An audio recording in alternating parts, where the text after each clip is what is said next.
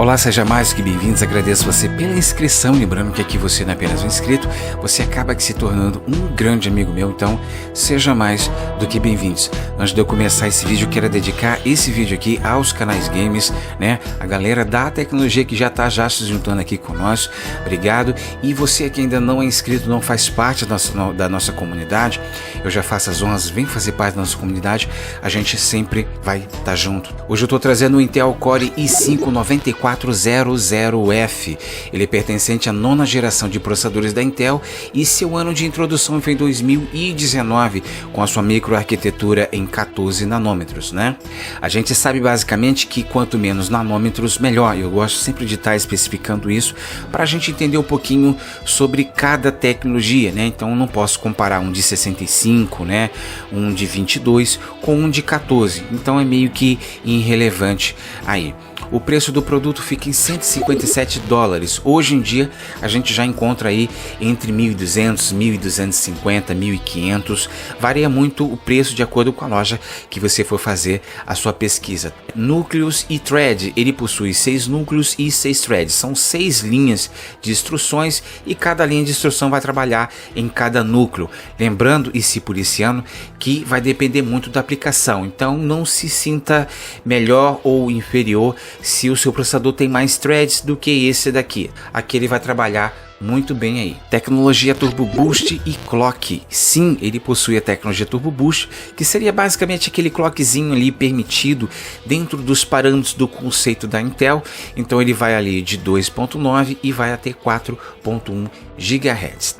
É como se fosse um clock. Geralmente essa opção pode ser que não esteja habilitada. Se você possui uma placa-mãe da Gigabyte ou da Asus, você vai ter que habilitar lá no seu setup. Memória cache. Ele fica ali basicamente 9 MB. A gente sempre fala que quanto mais melhor, logicamente, né? É um tipo de memória mais rápida, né? Porém mais cara, então a gente não vai ter muitas quantidades assim, até porque é muito pequenininha, não vale muito a pena ali. E o que ele não puder buscar do ladinho ali, ele vai buscar lá na sua memória RAM, tá ok? Tipo de memória DDR4, trabalhando aí a 2.666 MHz e com seu limite máximo de 128 GB. Lembrando que é o limite máximo que ele possui, não há necessidade de você chegar a isso aí. Geralmente tem placas mães que você for utilizar, nem vai determinar isso tudo, tá? Geralmente fica em casa de 32, 64. Faça o investimento de pelo menos aí 16, você vai ver que em FPS não vai mudar muito de 16 para 32, tá? Então de 16 GB aí de memória RAM ficaria ideal para você. Controlador de memória, ele possui 2 canais, então basicamente ele é dual chain, então você pode basicamente se dispor dessa tecnologia também na sua placa-mãe. É uma tecnologia muito antiga, né? Basicamente antiga, então a maioria das placas mães ou processadores já possui aí o dual chain para você estar ativando com os seus módulos de memória aí. A gente tem aqui basicamente o single chain, o que seria um pente de memória. Você coloca um pentezinho de memória no slot lá, ele está ali no single chain, no caso uma memória. Você escolhe 8 GB, 8 GB, 4 GB, 8 GB, 16 é single chain, em uma baiazinha só. Tá? Dual Chain seria aí 2 memórias com o mesmo barramento. Você coloca 8 GB numa ponta, ou 8 GB na outra ponta, e você tem um total de 16 GB e assim sucessivamente em memórias pares. Tem um Flex Mode que poucas pessoas praticam, mas eu já fiz muito isso. Ele fica basicamente 4 GB numa ponta, 8 GB em outro, né? 8 numa ponta, 16 em outro e assim sucessivamente. Ele não chega a ser, ele não tem quase que o desempenho do Dual Chain. Ele é ativado Dual Chain de fato, mas só que ele fica naquelas memórias meio picadas, tá? Fica um pouquinho, às vezes 1% atrás. Indico, ainda continuo indicando para você, logicamente, o Dual Chain, tá? A gente tem aqui o Triple Chain, que trabalha aí com 3 canais, sendo que você precisa também ter esses canais na placa-mãe. Você precisa ter o controlador lá no seu processador e esse, logicamente, esses 3 pontos aí na sua placa-mãe também, tá? O Quad Channel, que é o que a gente gosta, que a gente gostaria de ter basicamente, acessar 4 memórias simultaneamente. Você precisa desse suporte tanto no processador quanto na sua placa-mãe, tá? Você precisa desse controlador. Geralmente você que tem processadores de servidores, ele já possui esses 4 canais, e você também vai ter que ter uma placa-mãe que suporte esses canais, tá? Para poder simplificar e ficar mais interessante, o Dual Channel ele já é mais básico, né, para a gente que tem os desktops aqui, e ele é o ápice do melhor que você vai ter aí em questão de desempenho.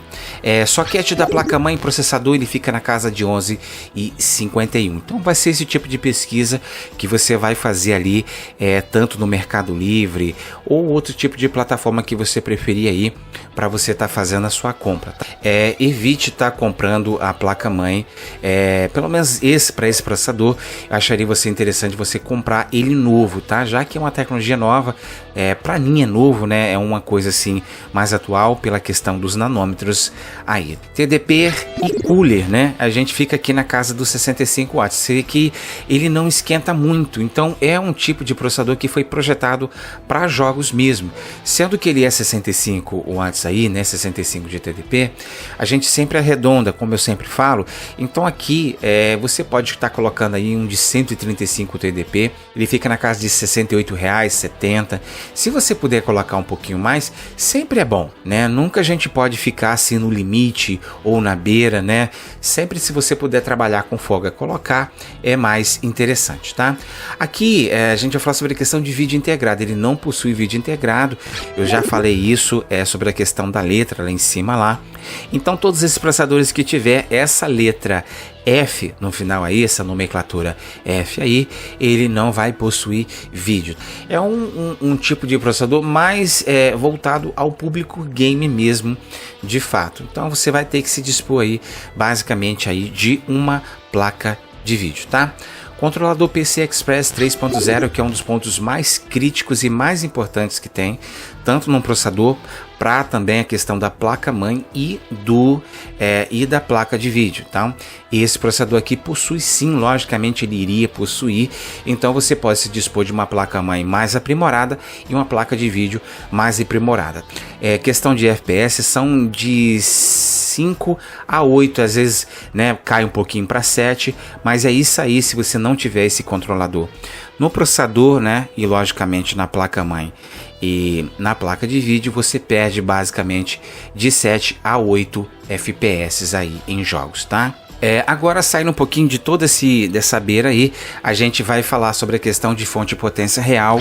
Você precisa muito desse tipo de fonte para que você tenha respeito sobre todos os componentes que a gente acabamos de falar na sua placa-mãe, no seu processador, tá? Se você não tiver uma fonte com potência real, com uma qualidade tudo certinho, um PFC logicamente ativo aí, né? Você não vai conseguir alimentar e nem vai saber qual que vai ser a identidade da sua placa de vídeo, né, dos seus componentes que você tem no seu computador. Eu utilizo a Cooler Master e a Corsair com qualidade 80 Plus, né, com o selo bronze. Você pode optar por outros selos aí, o que fica mais em conta. Eu utilizei esse porque é mais barato e tá mais de fácil acesso hoje em dia. Questão de PFC, não utilize nenhum que não tem, logicamente, né, nenhum passivo. Utilize sempre o ativo. Eu vou deixar um calendáriozinho que eu fiz aqui, né, dei uma remodulada nele e você dá uma olhadinha aí, ver quanto que você perde. Para poder resumir bem mesmo, isso significa desperdício de energia. E a gente não quer basicamente isso, né? A gente quer mais consumo e que tudo seja administrado certinho. Então, quando você compra uma fonte com 80 Plus, você já tem tudo isso incrementado. Aconselho você não ficar olhando chave seletora ou não. Dá uma olhadinha, vai lá no site do fabricante, onde você vê e vê se realmente ele tem ali o ativo ou o passivo ou o que não tem. Tá ok? Anomalias de fonte que não é real, a gente sempre fala, eu sempre vou colocar em todos os processadores aqui que a gente for fazer o relatório, então é interessante a gente colocar assim, tá? Jogos com travamento, desligamento do sistema, superaquecimento, tela azul da morte, falhas na memória. Depois eu vou estar trazendo mais coisa ainda relacionado a fontes que não são de potência real, que é só bem simplificado mesmo para o vídeo não ficar muito extenso. HD ou SSD? Logicamente você vai utilizar o SSD. Você utiliza aí como sistema principal, você vai colocar os seus jogos, tudo certinho, e você pode utilizar basicamente aí o HD também para você armazenar os seus jogos e entre outras coisas, tá? Para você usar o melhor do seu SSD, logicamente utilize SATA 3.0. Algumas SATAs têm SATA 2, 1 SATA 2, 2 SATA 3, 3 SATA 4, 4. Não perca tempo com isso, não se confunda com isso, tá ok? Então tudo que você tem que ver ali é SATA 3.0. Geralmente a cor é diferenciada, às vezes a cor é branca, é cinza, é preta, ela é bem diferente das outras cores, tá ok? HD geralmente eles têm uma leitura aí de 120 MB e escrita de 50 MB. Isso vai depender muito do HD que você está utilizando aí.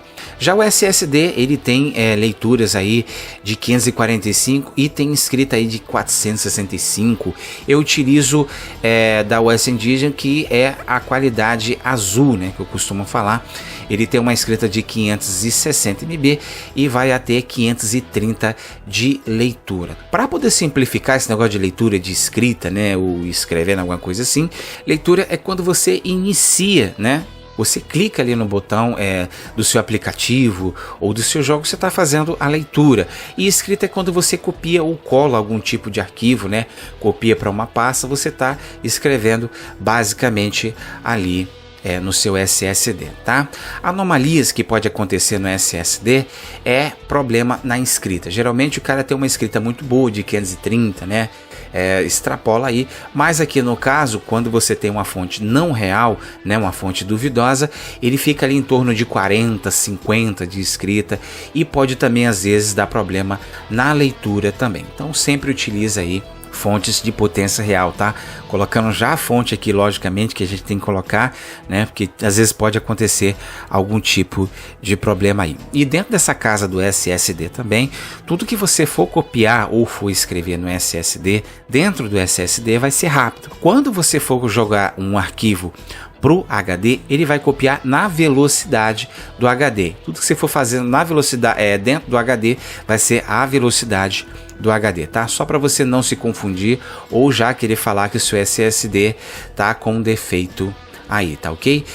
Pasta térmica, a gente sempre vai falar sobre a questão de pasta térmica, que é um dos fatores primordiais para que você mantenha a saúde do seu processador, tá? Tudo possa dissipar ali tranquilamente. E eu vou só colocar um ponto aqui, só para poder especificar. Eu tava vendo alguns canais, alguns vídeos, as pessoas sempre recomendando colocar o computador diretamente na tomada. Você vai nessa mesmo? Eu te faço uma pergunta para você que tá me vendo aí, tá deitado na cama ou encostado no sofá, aproveitando um domingão, um sábado, não importa. Você vai fazer isso mesmo? Você vai colocar o seu computador diretamente numa tomada? Não faz isso não, tá? Utilize sempre filtros de linha. Você pode escolher uma marca que você deseja aí. Hoje em dia tem diversos filtros de linha. Eu fiz um vídeo uma vez aqui sobre a questão de filtro de linha. Não faz isso não, é besteira. Você recebe a descarga de uma energia, alguma coisa aí. Ah, porque a minha fonte ela tem a proteção, eu não me importo com isso. Não faz isso não. Utilize filtro de linha sim. Logicamente que a gente não vai falar a questão de estabilizador, a gente não utiliza isso mais. Mas se eu fosse preferir um estabilizador e colocar meu computador direto na tomada, eu utilizaria com certeza um estabilizador, tá? Agradeço vocês, estamos sempre juntos. Obrigado pela consideração, vocês todos são maravilhosos, vocês moram no meu coração. Obrigado pelos comentários, as dúvidas. Eu tenho um Instagram aqui que as pessoas conversam diretamente comigo. A gente dá algumas dicas com relação a kits. O que eu não souber, eu vou pesquisar e vou trazer para vocês de coração. Vocês moram sempre aqui, tá? Tamo juntos sempre.